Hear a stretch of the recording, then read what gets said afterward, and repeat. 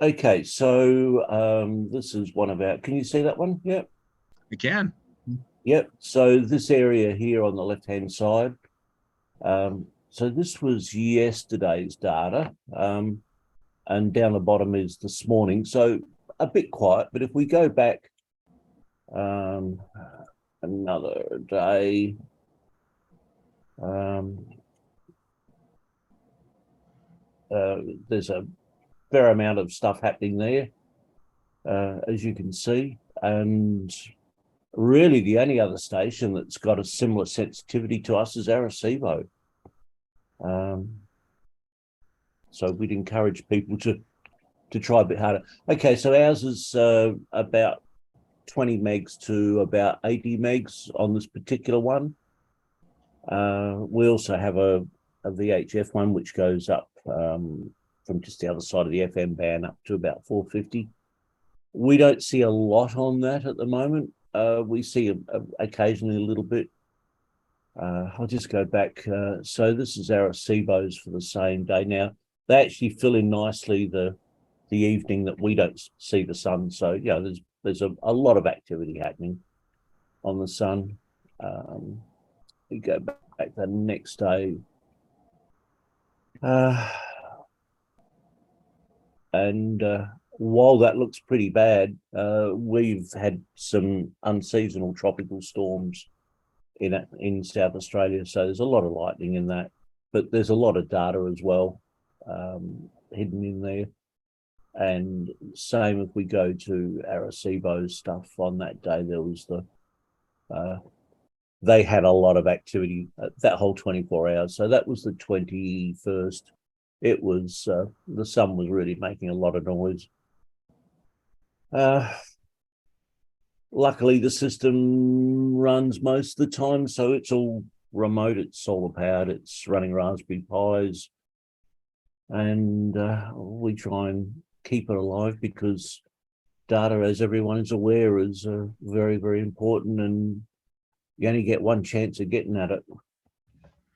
Um, but otherwise, I don't know that I've got much else to report. Oh, magnetometers are in working and things like that. But yeah, this is specifically there's a lot happening on the sun, and I think a lot of people that have got birds flying up are quite concerned about the potential effects.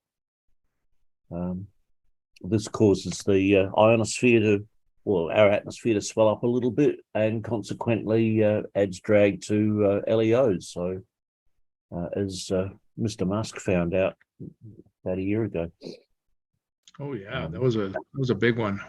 it was, and I guess when you're putting that many satellites up, you expect to lose quite a few. Um, just seems a waste of technology, considering that we all knew that this was going to happen. I mean, this is not a, oh, I didn't know that was going to happen.